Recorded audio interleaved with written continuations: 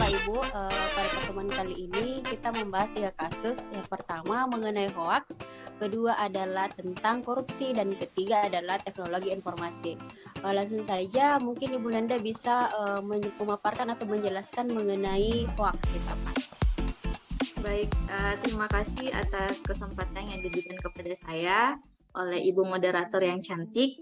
Nah, di sini saya akan membahas sedikit tentang berita hoax, di mana yang kita ketahui berita hoax adalah merupakan berita bohong atau tipuan yang mudah menyebar di kalangan masyarakat. Nah, di sini kita bisa lihat fenomena yang terjadi seperti yang lagi viral sekarang. Nah, sekarang itu yang lagi viral di TikTok, di mana salah satu store di Makassar yaitu Galeri Pon. Sekarang dia habis lagi di demo. Nah, ternyata cek dia diberitakan bahwa ini yang ada di situ tidak sesuai dengan email yang ada di kemasan. Nah, ini kan membuat kerugian untuk Galeri Pon sendiri.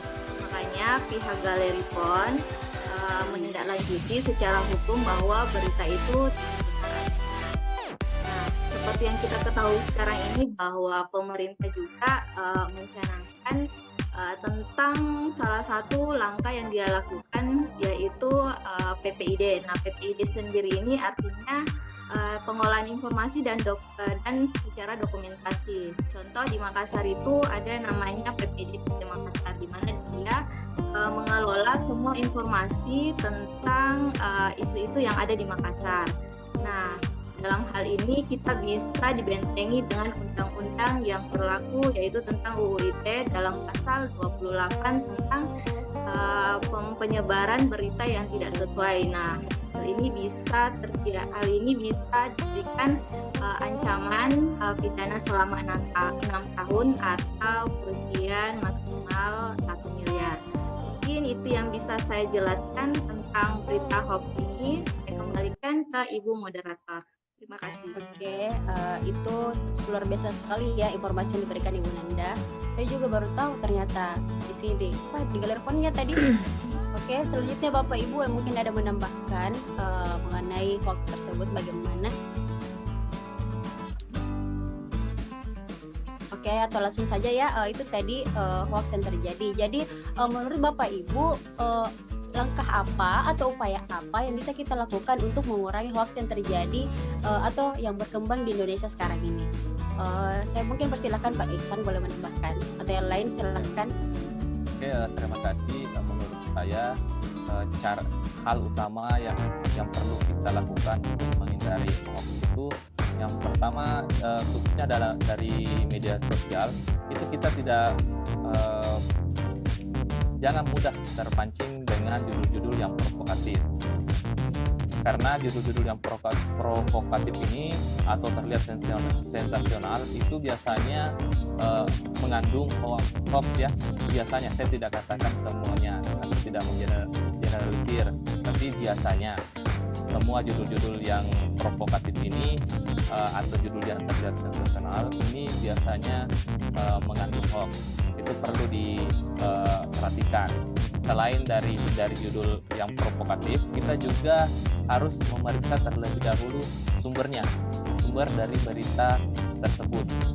Misalnya tadi kan dikatakan bahwa di TikTok ya, kalau tidak salah dengar tadi. Nah, kita harus mencek langsung ke tempatnya, ke Galeri Pon tersebut. Karena kalau kita tidak cek ke sana, ke Galeri Ponnya, itu kan baru kita sebarkan lagi atau kita teruskan di media sosial kita, misalnya dari TikTok ke Facebook, itu kan sama saja kita juga ikut menyebarkan berita hoax. Nah, kemudian yang paling utama itu kita harus berpikir logis dan kritis menurut saya untuk cara mengatasi berita hoax ini. Ya, mungkin itu sedikit dari saya. Mungkin ada teman lain yang bisa menambahkan. Iya, terima kasih banyak Pak Iksan atas upaya yang diberikan. Mungkin Bapak Ibu ada yang menambahkan, saya persilakan langsung saja. Oke, kalau tidak kita melangkah ke kasus yang kedua ya, mengenai kasus tentang korupsi. Mungkin Ibu Nur Hidayah bisa memaparkan Saya persilahkan, Bu. Baik, terima kasih moderator. Saat ini saya akan membahas mengenai korupsi di Indonesia. Nah, sebelum kita masuk pada berbagai persoalan-persoalan korupsi yang ada di Indonesia, langkah baiknya saya sebelumnya akan memaparkan berkaitan dengan klasifikasi dari kasus korupsi di Indonesia itu sendiri. Nah, saya kutip dari laman kpk.go.id bahwa korupsi itu diklasifikasikan ke dalam 5 bentuk. Yang pertama adalah korupsi buram, yaitu korupsi yang dilakukan nilainya kurang dari 10 juta. Kemudian korupsi kecil, yaitu korupsi yang nilainya kisaran antara 10 juta hingga kurang lebih 100 juta. Kemudian korupsi sedang, yaitu nilainya antara 100 juta hingga 1 miliar. Kemudian yang keempat adalah korupsi besar, yang nilainya antara 1 miliar hingga 25 miliar. Dan ada juga yang kelima yaitu korupsi kakap, yang nilainya lebih dari 20 miliar. Nah, saya akan menyandingkan bagaimana kemudian korupsi guram versus dengan korupsi kakap. Kenapa saya mengambil dua jenis atau klasifikasi korupsi ini? Karena dua hal ini adalah, kalau kakap mungkin kita sudah terlalu banyak mendengar khususnya misalnya di televisi ataupun di media-media sosial lainnya, karena sering di blow up. Tapi hal yang paling yang tidak kita sadari itu adalah berkaitan dengan korupsi guram, dan ternyata kecil-kecil itu bernilai besar, membawa kerugian dengan nilai yang besar. Seperti survei yang dilakukan oleh KPK bahwa ada penyalahgunaan fasilitas-fasilitas kantor ataupun ada suap yang ada di dalam semua institusi, semua instansi yang ada di pemerintahan kita. Nah, hal ini sebenarnya budaya pembiaran, budaya pembiaran, kemudian budaya saya tanda kutip bahwa pembenaran ketika orang misalnya menggunakan fasilitas kantor di luar dari hak dan kewajibannya. Jadi istilahnya mereka membiarkan dan kemudian membenarkan perbuatan itu, namun tanpa disadari bahwa hal tersebut salah satunya adalah kegiatan yang mengandung nilai korupsi di dalamnya. Nah, di hasil survei KPK tersebut di sini kita bisa lihat bagaimana kemudian banyak temuan yang ditemukan oleh KPK, bagaimana penyalahgunaan fasilitas kantor yang tadi kubahasakan untuk kepentingan individu atau pribadi. Salah satunya juga misalnya adalah gratifikasi yang tidak disadari. Kemudian ada juga investasi-investasi yang dilakukan oleh kantor namun di luar dari wewenangnya, dan juga bagaimana kemudian jual beli jabatan yang menurut saya adalah isu yang juga sangat penting, sangat urgent untuk kita pahami bersama, bahwasanya jual beli jabatan itu juga adalah salah satu tindakan korupsi. Nah, kemudian korupsi kakap yang sangat banyak meresahkan masyarakat, salah satunya adalah kasus Asabri, PT Asabri, yang kemudian merugikan negara hingga 23-an triliun rupiah lah. Jadi nilai yang sangat besar. Kemudian kalau sekarang kita ikuti kasusnya, itu banyak mengalami istilahnya pemotongan hukuman, padahal sudah terbukti mereka melanggar wewenang, mereka melakukan tindak pidana, baik itu suap, baik itu markup, baik itu pencucian uang dan lain-lain. Namun hukuman mereka banyak yang dipotong. Nah, selanjutnya dari semua tindakan-tindakan korupsi, upaya apa yang kemudian pemerintah lakukan dalam hal memberantas korupsi ini. Jadi 3 peraturan terbaru yang dikeluarkan oleh pemerintah. Yang pertama adalah di Perpres Peraturan Presiden tahun 2018 nomor 54 tentang Strategi Nasional Pencegahan Korupsi, karena hal ini muncul karena menganggap bahwa aturan-aturan yang ada sebelumnya itu tidak lagi relevan dalam hal pemberantasan korupsi. Jadi di Perpres ini itu membahas bagaimana kemudian transaksi niaga, jual beli barang khususnya di pemerintahan, kemudian bagaimana kemudian jabatan dan yang lain. Nah, kalau yang kedua itu adalah mengenai peraturan Presiden nomor 102 tahun 2020 bagaimana pelaksanaan supervisi pemberantasan tindak pidana korupsi yang tidak hanyalah ditangani juga oleh KPK tapi juga di kepolisian hingga di kejaksaan. Kemudian yang terakhir itu adalah salah satunya adalah Permendikbud Dikti. Sebagaimana kita ketahui bahwa pada tahun 2019 Menteri Pendidikan dan Teknologi itu mengeluarkan aturan bagaimana kemudian kewajiban penyelenggaraan pendidikan anti korupsi di perguruan tinggi. Jadi kurikulum mengenai pemberantasan korupsi itu diharapkan hadir di perguruan tinggi. Jadi seperti itu kira-kira gambaran yang sempat saya sampaikan mengenai bagaimana korupsi di Indonesia dan bagaimana upaya pemberantasan korupsi di Indonesia. Terima kasih, saya kembalikan kepada moderator. Terima kasih banyak kepada Ibu Nur Hidayah. Sangat lengkap ya teman-teman. Sudah ada pemaparan mengenai korupsi, sudah dijelaskan juga bagaimana upayanya. Kita langsung lanjut saja ya ke kasus selanjutnya. Kasus selanjutnya itu mengenai isu teknologi informasi. Barangkali ini Pak Indra Basir bisa memaparkan. Saya persilakan ya Pak. Ya, terima kasih Bu Ira atas kesempatan yang telah diberikan. Jadi isu yang masih hangat menurut saya, walaupun memang ini boomingnya di 2018 awal, tentang adanya revolusi industri 4.0 di 2018 dan impact-nya tentang teknologi informasi yang semakin masif, hal ini juga masih menjadi isu yang sangat menarik setelah adanya percepatan yang penyesuaian yang harus kita lakukan setelah pandemi COVID-19, di mana kita harus menyesuaikan dengan perubahan-perubahan yang tidak pasti, dan alhamdulillahnya kita kemudian didukung oleh teknologi informasi yang meskipun kita masih meraba-raba seperti apa kemudian cara untuk memanfaatkannya waktu itu. Nah, teknologi informasi ini kenapa masih menjadi isu yang sangat menarik untuk kita bahas adalah karena terkadang masyarakat kita itu masih menyadari bahwa teknologi informasi ini itu hanya memberikan kenyamanan saja, memberikan kemudahan. Tapi mereka tidak sadar bahwa dengan adanya teknologi informasi ini akan ada yang perubahan-perubahan yang terjadi. Bahkan kita sering dengar ada yang disebut dengan pengangguran yang terjadi karena adanya perkembangan teknologi. Nah, berdasarkan hasil kajian World Economic Forum disebutkan bahwa di tahun 2050 itu sekitar 30% dari tenaga manusia itu akan digantikan oleh robot. Nah, kalau kita karena kebetulan kita adalah dosen ekonomi, salah satu profesi yang akan hilang itu adalah atau yang akan kurang itu adalah kita akuntan.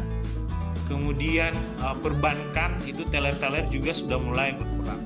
Nah, diperkirakan 100 tahun ke depan bahkan 100% tenaga manusia itu semuanya akan digantikan oleh robot, artificial intelligence. Nah, itu isu yang kemudian sering dilupakan oleh banyak orang. Bahkan kemudian ketika kita diskusikan ini di level mahasiswa, itu juga mereka tidak sadar bahwa persaingan mahasiswa sekarang dengan adanya teknologi informasi itu bukan persaingan antara orang dan orang saja, bukan antara misalkan sarjana dengan sarjana saja, tapi persaingnya itu bertambah. Persaingnya itu siapa? Persaingnya itu adalah sistem itu sendiri. Jadi yang tadinya persaingnya hanya manusia, sekarang itu persaingannya bertambah, itu adalah teknologi informasi itu sendiri. Nah, itu yang kemudian kita terlena di situ, melupakan apa kira-kira impact daripada perkembangan teknologi itu sendiri bagi perkembangan karir lulusan atau kampus kita ke depan, mahasiswa yang akan kita ajar. Nah, kemudian karena banyaknya juga kasus-kasus teknologi ini yang sering terjadi, misalkan hoax tadi yang disebutkan oleh Ibu Nanda, itu kan semua karena kita belum sadar sebagai masyarakat teknologi.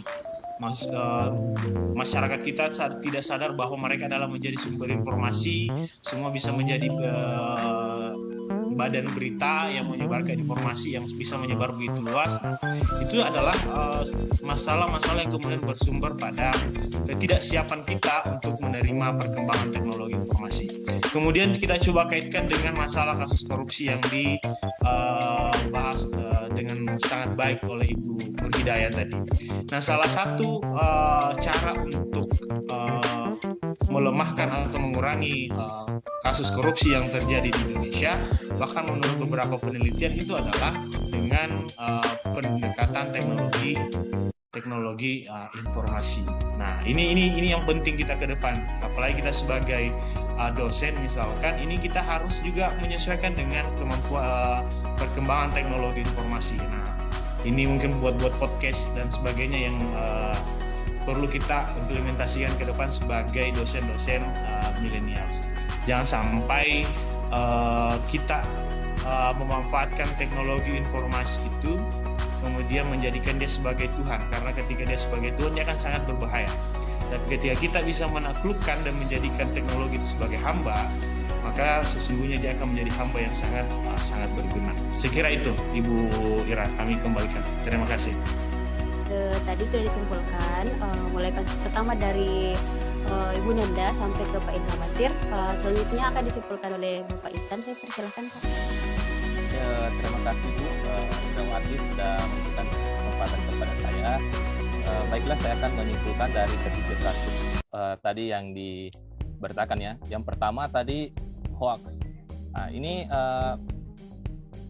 sebetulnya kalau kita berbicara masalah hoax itu kita harus berbicara masalah kesadaran dari diri kita masing-masing. Bagaimana kita menanggapi dari kasus-kasus yang ada, dan jangan mudah untuk terprovokasi atau termakan berita hoax, karena berita hoax ini sekali kita terpancing untuk membagikan, maka kita juga sama dengan penyebar hoax. Jadi apalagi sekarang ada undang-undang ITE ya. Jadi untuk mengatasi tadi berita hoax ini, kita harus yang pertama hindari judul yang provokatif, kemudian yang kedua periksa sumber beritanya dari mana. Walaupun kita dapat sumber berita, kalau bisa kita harus langsung ke orangnya atau siapa yang diberitakan dalam berita tersebut, sehingga kita tidak terpancing atau tidak termakan berita hoax. Dan yang terakhir, kita harus berpikir logis dan kritis mengenai berita tersebut. Nah, yang kedua, untuk kasus kedua ini tadi kasus yang dibahas oleh Ibu Nur Hidayah ya, mengenai korupsi. Tadi sebetulnya kasus mengenai korupsi Bu Nur Hidayah sudah menjelaskan panjang lebar, mulai dari bentuk-bentuknya sampai dengan upaya pemberantasannya. Tadi Ibu Nur Hidayah sudah memberikan klasifikasi kasus korupsi di Indonesia ya, mulai dari buram atau yang terkecil sampai dengan korupsi kelas kakap. Menurut saya, atau bisa saya ambil kesimpulan, sebetulnya kalau di dalam kasus korupsi itu kita tidak bisa mengklasifikasikan ya, karena walaupun sekecil apapun tindakan korupsi tersebut, seperti misalnya korupsi tingkat perkerabatan, contohnya kita kan sebagai dosen, karena kita memiliki hubungan keluarga dengan mahasiswa tersebut, kita memberikan nilai yang tinggi misalnya, itu kita tidak boleh melakukan hal tersebut.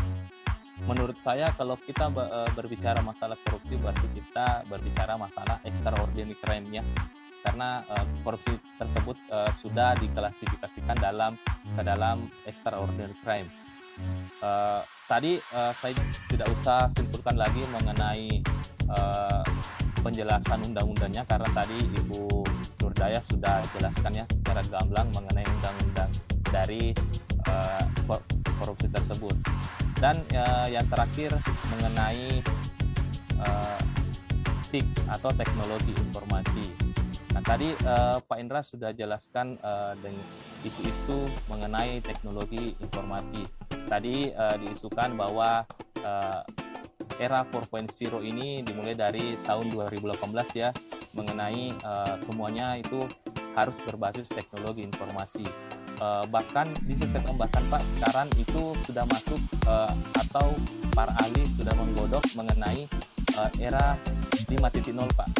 Era 5.0 ini maksudnya masyarakat yang super pintar, yang dimana konsep masyarakat masa depan yang diharapkan nanti semua masalah penyelesaian masalah sosial ini dilakukan by system dengan mengintegrasikan dunia maya dan ruang fisik. Nah, kemudian tadi Bapak juga sempat mengatakan atau bisa saya simpulkan bahwa dari penyalahgunaan atau penggunaan teknologi ini kita harus dan seiring dengan berkembangnya teknologi kita harus menggunakan teknologi tersebut dengan baik atau kita harus memanfaatkan teknologi tersebut karena jangan sampai kita diperbudak oleh teknologi ya, jangan sampai karena kebanyakan kasus sekarang kita sepertinya diperbudak oleh teknologi.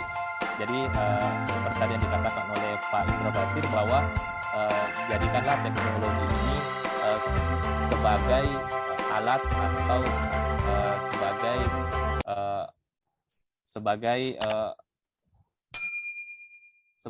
alat atau sebagai alat bantu ya kita untuk melakukan pekerjaan. Jadi teknologi ini adalah hamba yang berguna, tetapi kita harus juga memperhatikan dari penggunaan teknologi tersebut ya. Mungkin itu saja dari kesimpulan saya dari ketiga kasus tersebut. Saya kembalikan kepada Ibu Ira. Mungkin cukup ya perbincangan kali ini Bapak Ibu. Terima kasih sudah berkenan menjadi narasumber. Semoga teman-teman yang mendengar isu-isu kontemporer kali ini bisa menambah pengetahuan untuk mereka. Terima kasih semuanya. Sampai jumpa di waktu selanjutnya. Assalamualaikum. Terima kasih. Assalamualaikum warahmatullahi wabarakatuh.